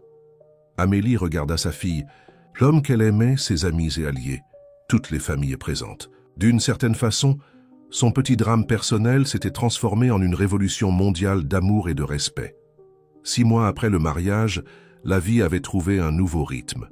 Le bureau commun d'Amélie et Michel chez Meyer & Associés s'était transformé en un centre d'opération mondial pour le programme de transformation d'entreprise. Des cartes sur les murs montraient des points colorés représentant chaque entreprise qui avait adhéré au mouvement, et le nombre augmentait chaque semaine. « Maman, regarde !» s'exclama Emma un matin particulièrement chargé, pointant vers l'écran de l'ordinateur où un appel vidéo montrait des enfants jouant dans une crèche d'entreprise à Tokyo. « Ah, elles ont fait comme nous !» Amélie sourit, observant sa fille qui maintenant, à presque 4 ans, montrait déjà un intérêt sincère pour le travail de ses parents. Emma avait sa propre petite table dans le bureau où elle dessinait habituellement des projets très importants, pendant qu'Amélie et Michel menaient leur réunion. « Madame Amélie », son assistante entra précipitamment. « La conférence avec Singapour est sur le point de commencer, et ensuite nous avons la réunion avec le comité européen. » « Et n'oublie pas le déjeuner spécial », Michel compléta, entrant dans la pièce avec un sourire mystérieux. « J'ai une surprise pour vous deux. » Emma battit des mains excitée. « C'est à propos du projet secret ?» Michel feignit la surprise. « Comment sais-tu pour le projet secret, petite espionne ?»« Tante Jeanne me l'a dit. » Emma rit, courant se cacher derrière sa mère quand Michel fit mine de l'attraper. La matinée passa rapidement entre réunions et présentations. Le programme de transformation d'entreprise avait dépassé toutes les attentes initiales. Plus de 5000 entreprises dans le monde avaient déjà mis en œuvre des politiques familiales similaires à celles de Diamant. Et les résultats étaient impressionnants. Quand vint l'heure du déjeuner, Michel conduisit Amélie et Emma jusqu'au jardin suspendu de Diamant, qui restait leur lieu spécial même après le déménagement vers Meyer & Associés. « Ferme les yeux », demanda-t-il à Amélie, tandis qu'Emma sautait d'excitation, sachant clairement ce qui allait suivre. Quand Amélie ouvrit les yeux, elle trouva Jeanne, Caroline, Hélène et plusieurs autres amis réunis. Au centre du jardin, une banderole disait « Bienvenue, petite Marine ». « Marine ?» demanda Amélie, confuse un moment, jusqu'à ce que la réalisation la frappe. Ses yeux se remplirent de larmes tandis qu'elle se tournait vers Michel. « Oui, mon amour », confirma-t-il en souriant. « Le processus d'adoption a été approuvé. Notre petite Marine arrive dans 2 semaines. » Emma. Elle ne pouvait contenir sa joie. « Je vais avoir une petite sœur. J'ai déjà fait un coin pour elle à la crèche et tout. » En fait, Jeanne s'approcha avec une enveloppe. « Nous avons fait quelques modifications au projet de la crèche. Nous avons maintenant un espace spécial pour les enfants adoptés et leurs familles, avec un soutien psychologique et des groupes d'entraide. » Et ce n'est pas tout, ajouta Caroline. Le programme de soutien à l'adoption a déjà été mis en œuvre dans plus de 100 entreprises mondialement. Nous créons un réseau de soutien pour les familles en processus d'adoption.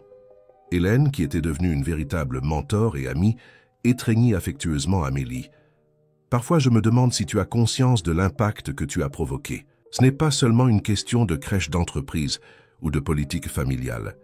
C'est changer la façon dont le monde voit la relation entre famille et travail.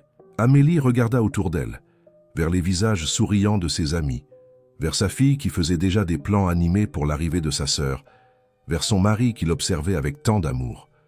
Le jardin suspendu, qui avait été témoin de tant de moments importants de son parcours, allait maintenant être le théâtre d'un nouveau chapitre spécial.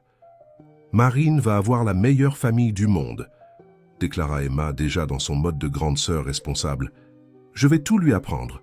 Comment faire des réunions importantes, comment utiliser le bloc-notes, comment transformer le monde ?» compléta Michel en riant. « Oui », Emma acquiesça sérieusement, comme maman l'a fait.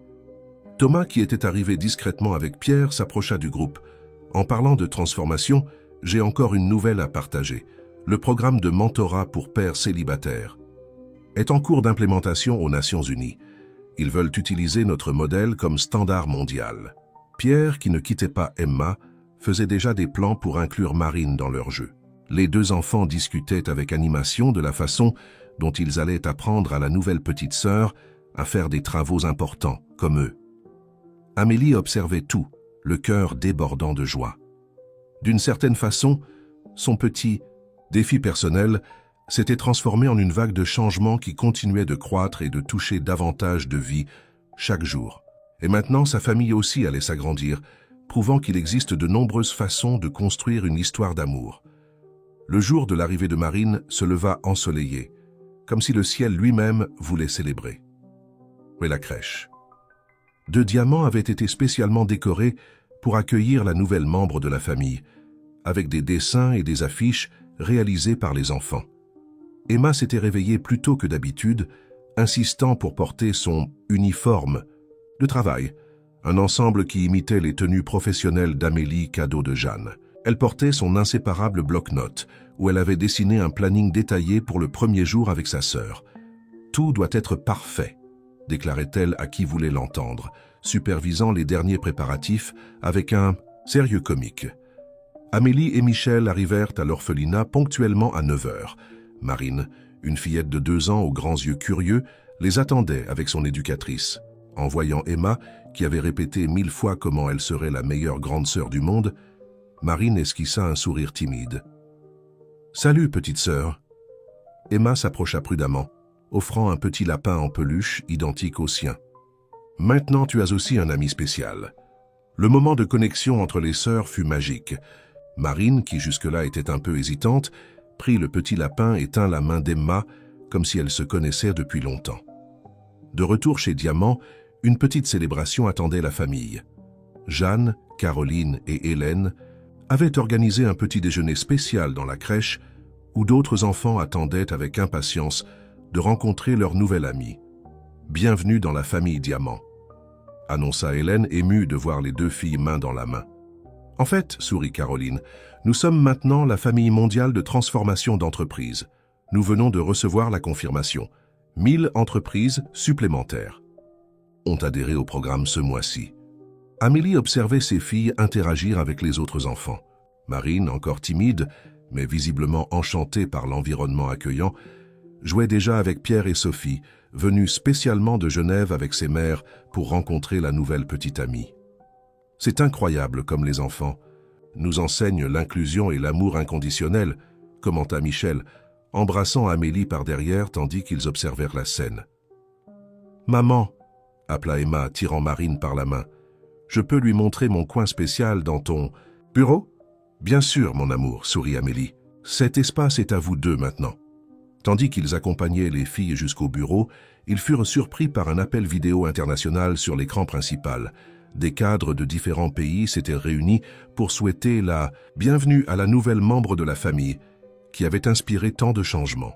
Marine, expliquait patiemment Emma à sa sœur, pointant vers les visages à l'écran, « Ce sont toutes les personnes qui aident d'autres familles à rester ensemble comme nous. » La petite Marine, bien qu'elle ne comprenne pas complètement la signification de ces mots, souriait et faisait coucou à chaque visage qui apparaissait à l'écran.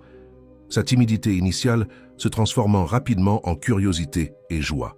Jeanne s'approcha avec un cadeau spécial, un petit bloc-notes pour Marine, identique à celui d'Emma. « Pour quand vous voudrez faire des réunions importantes ensemble ?» expliqua-t-elle avec un clin d'œil. « Tu sais ce qui est le plus spécial ?» commenta Amélie à Michel, tandis qu'ils observèrent leur fille jouer au bureau avec leur petit bloc-notes. Voir comment une histoire qui a commencé par un problème, ne pas avoir où laisser Emma, a fini par créer des possibilités pour tant d'autres familles, y compris la nôtre. « Et ce n'est pas fini », ajouta Hélène, qui venait de recevoir un message sur son téléphone.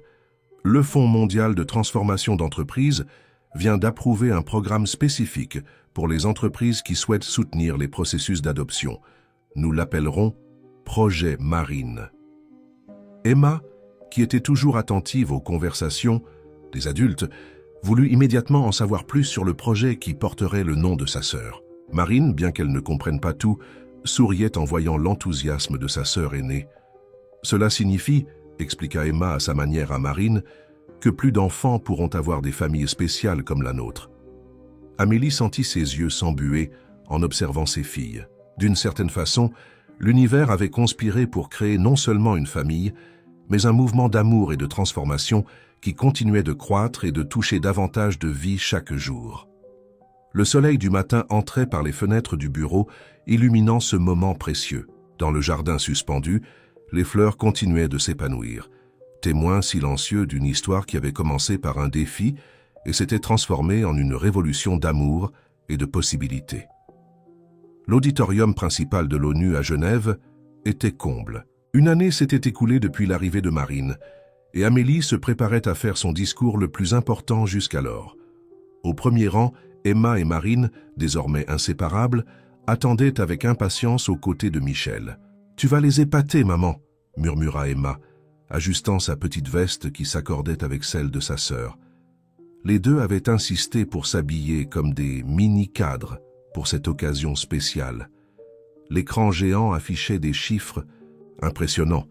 10 000 entreprises dans plus de 60 pays avaient mis en œuvre des politiques familiales au cours des 2 dernières années. Le projet Marine, axé sur le soutien à l'adoption, avait déjà aidé plus de 2000 familles à se former.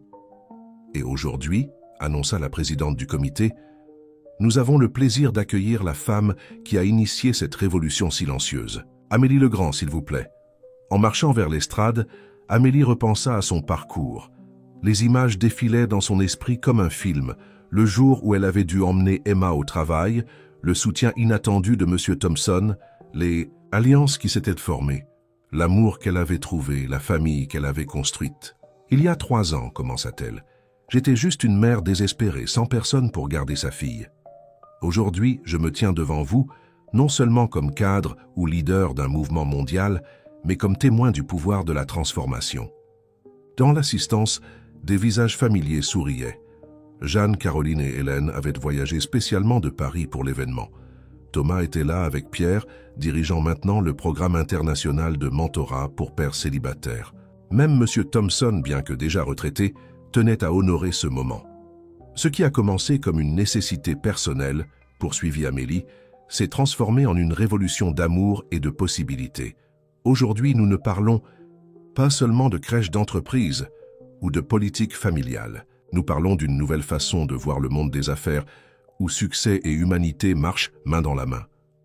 Emma donna un coup de coude à Marine, pointant fièrement vers l'écran géant où des photos des deux apparaissaient parmi les images d'impact du projet. « Regarde, petite sœur, c'est nous qui aidons à changer le monde. » Marine, qui s'était épanouie au cours de l'année écoulée, se transformant en une fillette joyeuse. Et confiante, sourit en voyant les photos. Son histoire d'adoption était devenue un symbole d'espoir pour d'autres familles, prouvant que l'amour ne connaît pas de barrières. Mais les chiffres ne racontent pas toute l'histoire, poursuivit Amélie. Derrière chaque statistique, il y a une famille qui peut rester unie. Il y a un enfant qui peut grandir en voyant ses parents épanouis. Il y a un professionnel qui n'a pas à choisir entre carrière et amour. Les images sur l'écran montraient des moments marquants. La première crèche de diamants, le jardin suspendu transformé en espace de convivialité, des familles dans différents pays célébrant la possibilité d'être ensemble. Et aujourd'hui, Amélie sourit regardant ses filles. J'ai le plaisir d'annoncer notre prochaine phase. En partenariat avec l'ONU et le Fonds mondial de transformation d'entreprises, nous lançons le programme Futur possible, qui va au-delà de l'environnement traditionnel des entreprises. Un murmure d'anticipation parcourut l'auditorium.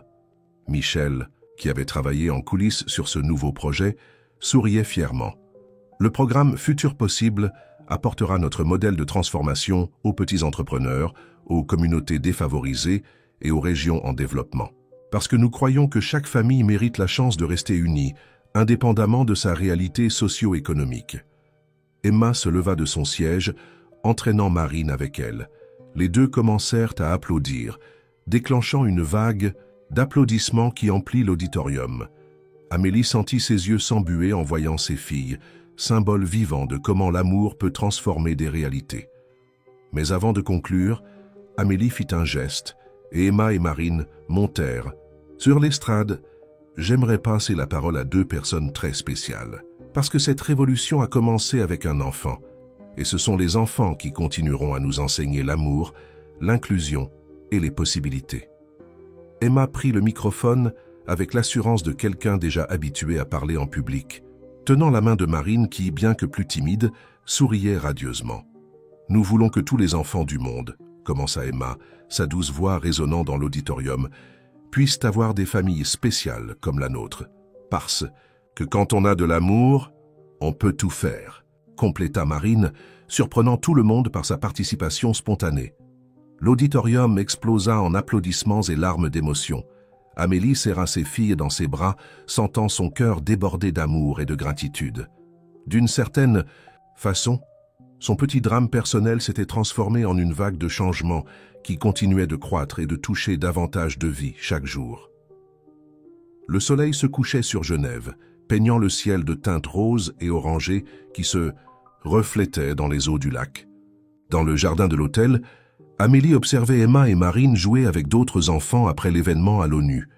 Pierre, Sophie et plusieurs autres petits qui avaient fait partie de ce parcours transformateur couraient et riaient, créant une symphonie de joie qui résonnait dans l'espace. « C'est incroyable comme tout a changé », commenta Michel, s'approchant avec 2 tasses de thé. « Et en même temps, certaines choses restent exactement les mêmes. » Amélie sourit, comprenant parfaitement ce qu'il voulait dire. L'amour qui avait tout commencé, son amour pour Emma, qui l'avait poussé à défier les règles ce jour, fatidique, continuait d'être la force motrice de toutes les transformations. Jeanne, Caroline et Hélène les rejoignirent, chacune portant un dossier avec de nouveaux projets et idées. Même après tant de succès, l'envie de faire plus, d'atteindre plus de familles, continuait de brûler dans leur cœur. « Vous savez ce qui est le plus beau ?» dit Hélène, observant les enfants jouer. « Comment chaque petit geste d'amour finit par générer d'autres gestes d'amour. C'est comme une réaction en chaîne infinie. « Maman !» appela Emma, courant vers eux avec Marine juste derrière. « Raconte-leur notre idée, celle qu'on a eue ce matin. » Amélie échangea un regard, complice avec ses filles. Pendant le petit déjeuner, les filles avaient proposé une idée étonnamment mature. Elles voulaient créer un programme spécial au sein des futurs possibles, spécifiquement axé sur les enfants aidant d'autres enfants. En fait, expliqua Emma, assumant son mode cadre junior, on veut faire un groupe d'enfants qui ont déjà vécu des changements pour aider d'autres enfants qui traversent des changements maintenant. Comme un programme de mentorat, compléta Marine, qui avait surmonté une grande partie de sa timidité initiale, mais avec des enfants enseignant à des enfants. Les adultes se regardèrent, impressionnés par la sensibilité et la sagesse présentes dans cette suggestion simple, mais profondément significative. Je crois que nous venons de trouver nos successeurs, plaisanta Caroline.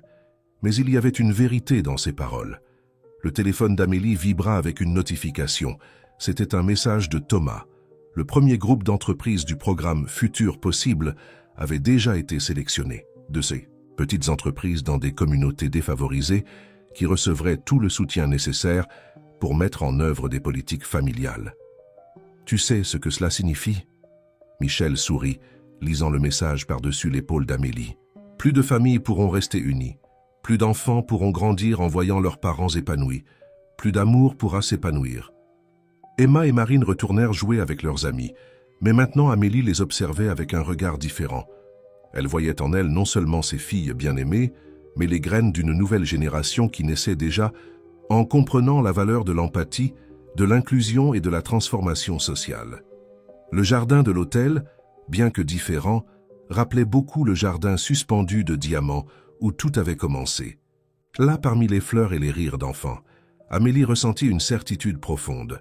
L'amour, quand il est vrai et courageux, a le pouvoir de transformer non seulement une vie, mais le monde entier. « Maman » appela à nouveau Emma, courant avec Marine pour un autre câlin. « On t'aime beaucoup. Moi aussi, je vous aime, mes petites révolutionnaires, » répondit Amélie, serrant ses filles fort dans ses bras. Michel se joignit à l'étreinte familiale, et bientôt Jeanne, Caroline et Hélène s'y joignirent également, formant un cercle d'affection qui symbolisait parfaitement l'essence de tout ce qu'ils avaient construit. Un réseau d'amour, de soutien et de transformation qui continuerait de croître et de toucher davantage de vies, un cœur à la fois. Le soleil finissait de se coucher à l'horizon,